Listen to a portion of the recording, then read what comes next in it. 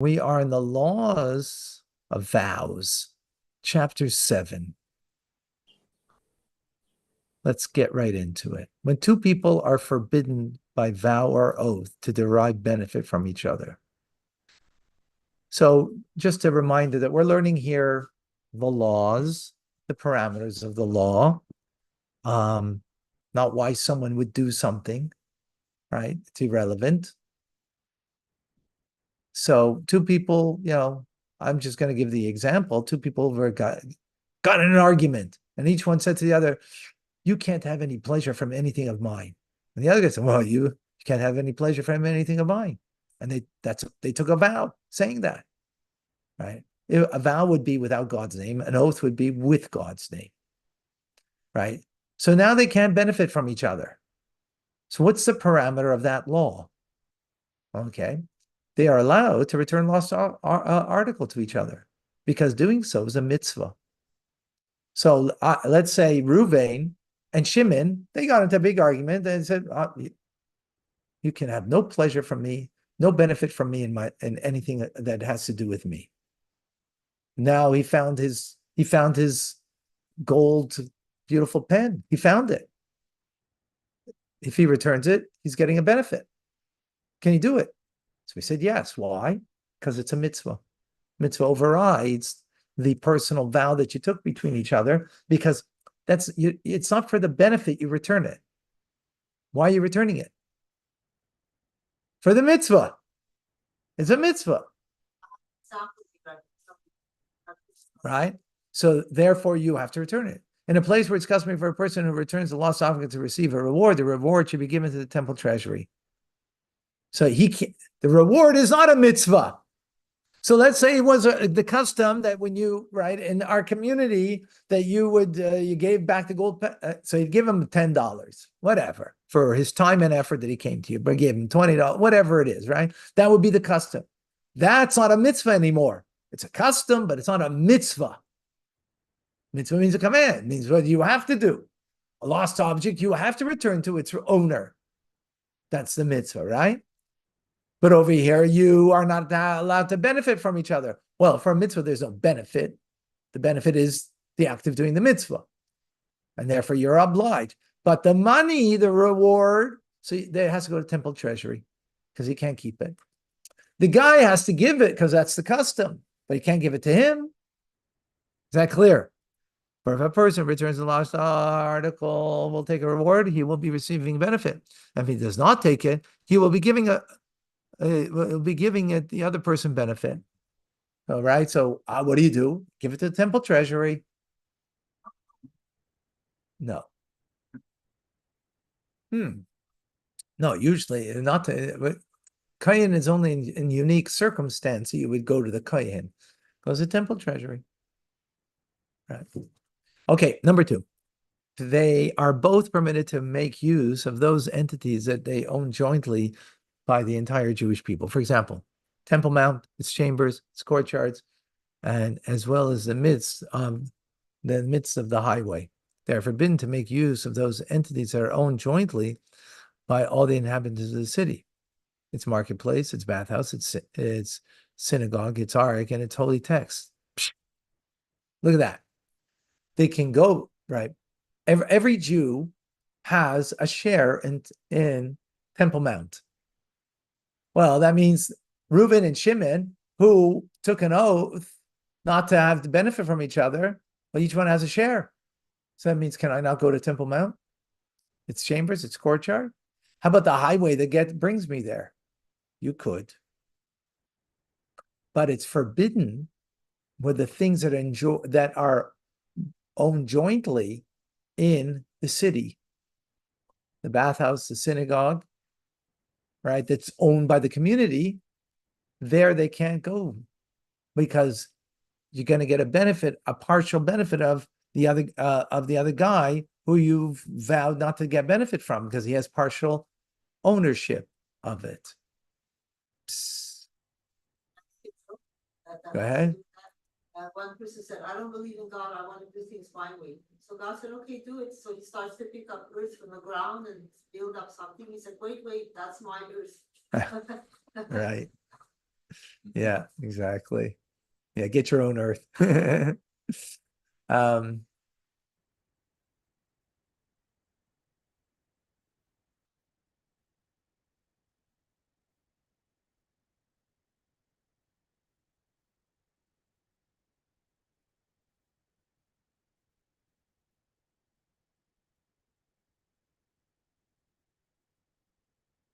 wow. So it's very interesting. So what's the distinction here between the Temple Mount and this and the community synagogue or bathhouse? Is it's much more distinct in your community, the communal ownership that there is, and therefore that's why they can't have benefit according to the Rambam. There's the Ran and the Ramban disagree with the Rambam and say that you could have from the synagogue because it's owned by the community at large and not for the individuals collectively. And halacha brings down both opinions. Anyway, very interesting.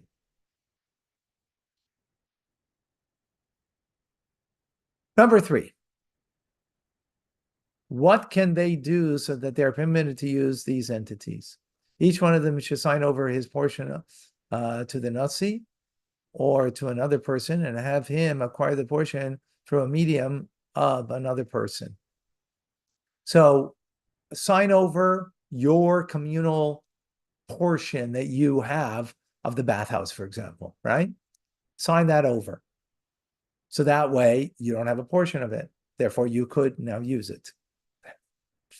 Thus, when either of them enter the bathhouse belonging to all the members of the city or to the synagogue, he is not entering the property of a colleague from which he is forbidden to benefit.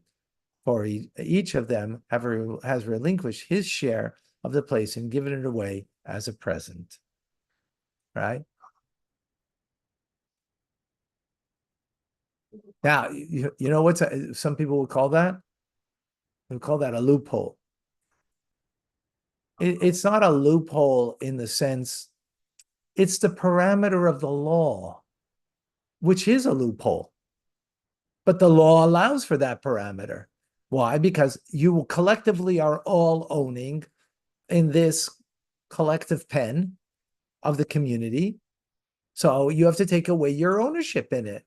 Because otherwise, if the guy who's forbidden to have pleasure benefit from your part in this is having benefit, as you are having benefit.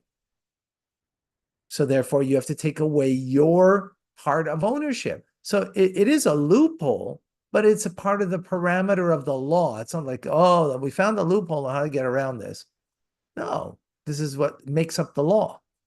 We're still talking about when two people are forbidden. Yeah, we're talking about the two people are forbidden. Yes, exactly. You're that way, we'll talk about it. In the meantime, it's continuing that way. Rena, we're good? Following? Number 4, the following laws apply when they are both partners in a courtyard, right? So they're partners in a courtyard. Remember, these two guys were best of friends, but they crossed each other. You know, each one felt the other one crossed them, and I mean, you're not going to benefit from anything of mine. You're going to, right?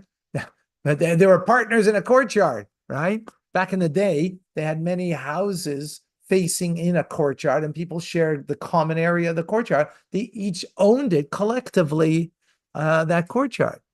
So if it can be divided, they're forbidden to enter it unless it is divided and each person enters it's his portion. It cannot be divided. Each one should enter his house saying, I'm entering my property. Regardless, they are both forbidden to place a mill or an oven there or to raise chickens in this courtyard.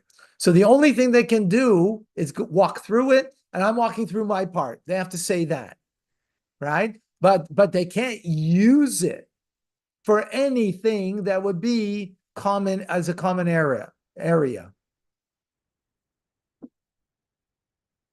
Right.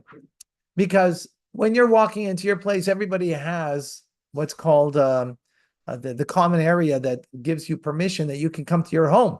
Because if you didn't, if that common area you couldn't walk, then you can get to your home. So that part that's coming to my front door, so that's mine. And it's divided from me. Okay, number 5. When two people are partners in a courtyard, and one of them takes an oath and the other one, that the other one may not benefit from him, we force the person who took the oath to sell his portion. Now it's only one person took the oath, right? Not both of them. So we say he has to sell. Why? Because his vow imposes unnecessary hardship on another person who has a legitimate right to the property. Hence, we compel him to sell his share of the courtyard rather than put the colleague in a situation when he might transgress. Right? Is that clear? Makes sense? In other words, now we're talking about only one guy here. Right? Ruvain says, Shimon, Mr. Yellow, you can't have any benefit of what's mine. And they're sharing a courtyard together, right? So it's only one way now, right? So the problem is, how is he going to get into the courtyard and how is he going to be? So we make him sell his portion of the courtyard because it's only one person did it. You are now imposing something on Shimon, and because you're imposing it upon him, well, you're the one who's going to have to suffer as a result of it, and you need to sell your portion of the courtyard. That way, he won't transgress and accidentally get benefit from something in the courtyard. If he took an oath not to benefit from other person, he's permitted to enter his home, for he's entering his own domain. But if he took the oath, I'm not going to get benefit from another or from the rest of the people on the courtyard. It's on him now, right? He's not compelling something on another person and therefore has to sell. So then all he can do is permitted to walk into his own home, He may not, however, make any other use of the courtyard, as we explained in the previous halacha, right? In a similar way. Better to get along. Exactly, yes. Yes, but then that's not the point we're here. We're here to learn the parameter of law. But yes, outside of the law, better to, let's learn. We should only learn the law in order to learn Torah and to understand God's wisdom, and that yes, we should get along and don't make an oath. The person from outside was forbidden to benefit from either of the owners of the courtyard. He may enter the courtyard, for he tells the person from whom he is forbidden to benefit, I'm entering your colleague's domain, not yours. Remember, there's many people who own the courtyard, right? So this is a chiddush over here. Till now, if you commonly own the courtyard, so at least you have to be able to get permission, the right of passageway, right? This is the right of passageway that we're talking about over here. So here we're talking about, no, what do you need a right of passageway? You don't need that right, except there's now an outside party who wants to come in. So he's allowed to come in because the courtyard, he's saying, I'm coming into the part that's not yours, even though it's all collectively owned, right? But I'm entering the colleague's domain, not yours. In other words, it's interesting. So we're speaking about a courtyard that you can't divide. So he may enter the courtyard.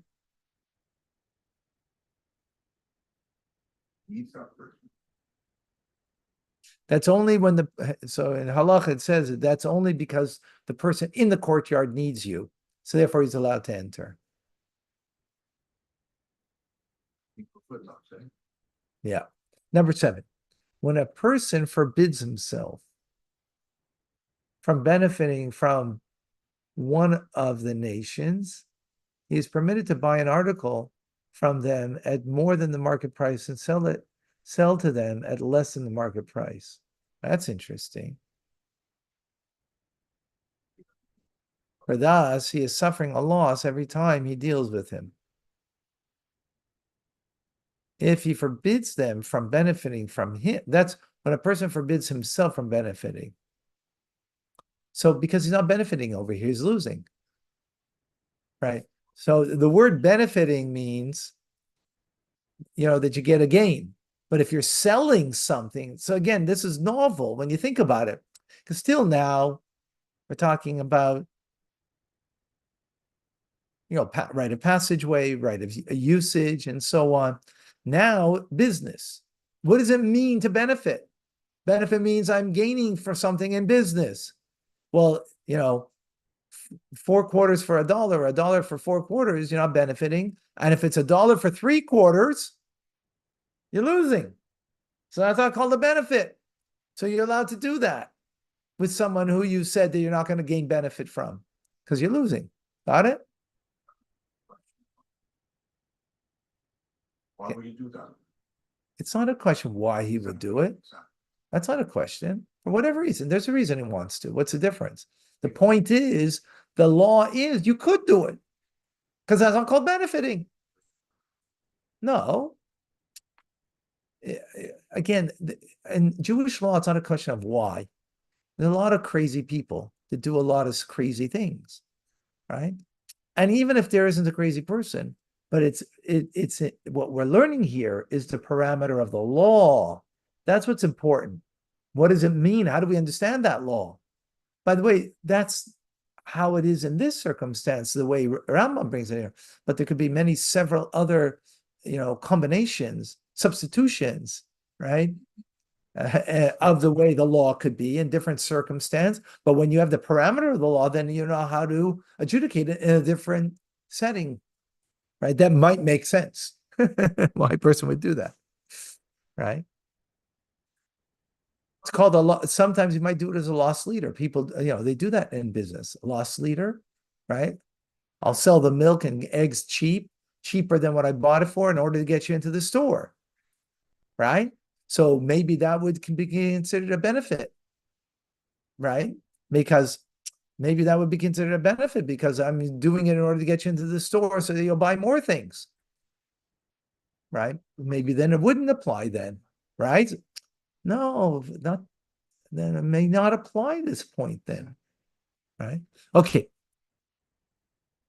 If he forbids them from benefiting from him, if they are willing, it is permitted for him to purchase from them for a loss in the market price and sell to them at more than the market price. So now it's the other way around, right? So the person, I forbid you to have benefit from me. So can he sell at a lower rate? When he does it to himself is okay, fine. But he's doing it to him. So also, if he chooses, he wants to sell at lesser, he could, even though this was imposed upon him, but he can't uh he can't benefit from him. So he has to sell at a low rate if he wants to do business with him. He did not issue a decree forbidding him to sell at less in the marketplace, less to purchase at less in marketplace. The rationale is that he did not take the vow concerning only one individual, in which instance such a decree would be appropriate, but concerning the entire nation. And if it is impossible for him to do business with one person, he will do business with another. Therefore, if he forbade himself from benefiting from them, he may lend benefiting from them, he may lend both articles and money to them, but not borrow either of these from them. One second.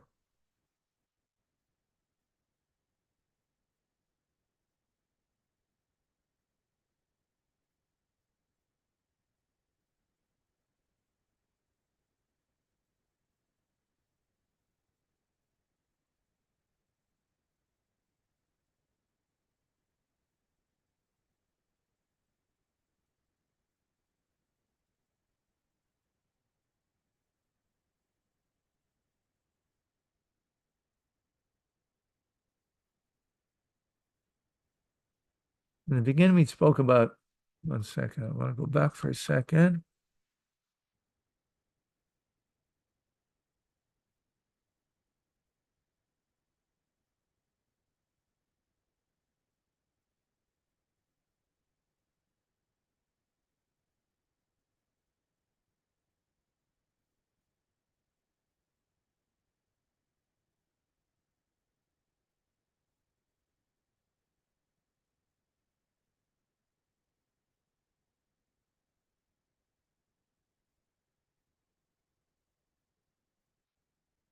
Right.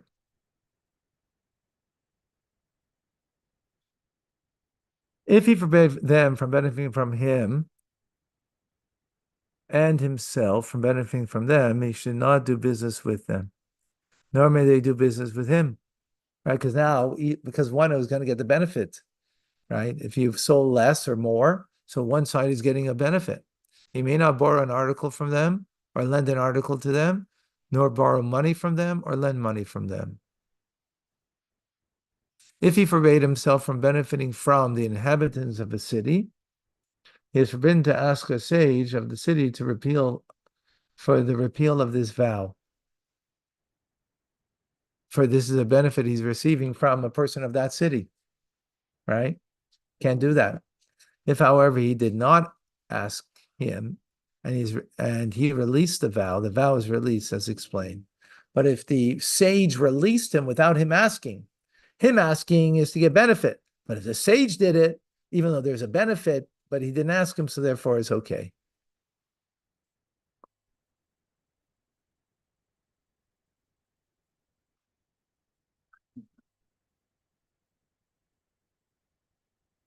Because once you nullify the vow, it's as if the vow never took place.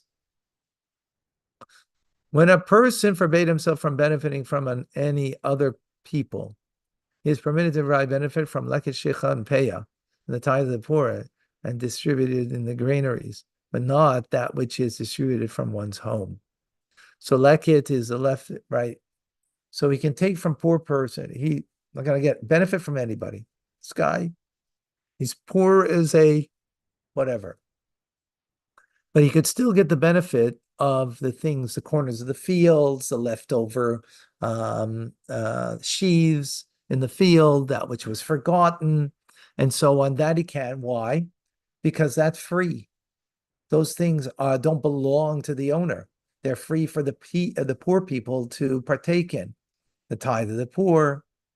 But he can't get that which is distributed from one's home.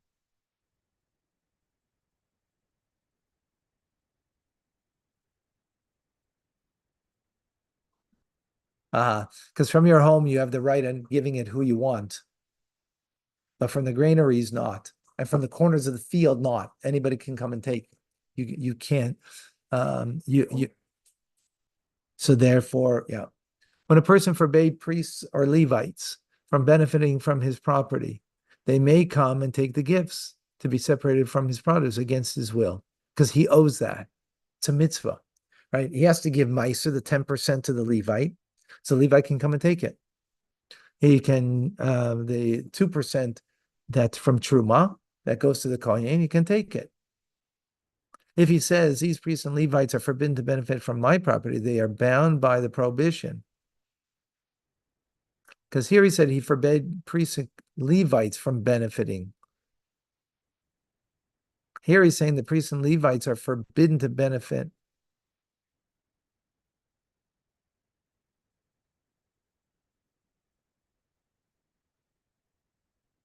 These priests. The previous one, he's saying all priests and all Kohanim and Levites. Here he's saying these particular ones, meaning he's left open other ones that could, right? Since there's other ones that could, they're bound by the prohibition. They should give his human ties to other Kohanim and Levites. Similar laws apply with regard to the gifts of the poor and the poor. Okay, I got to stop over here. Love to continue. Thank you, Rabbi. Thank you, folks.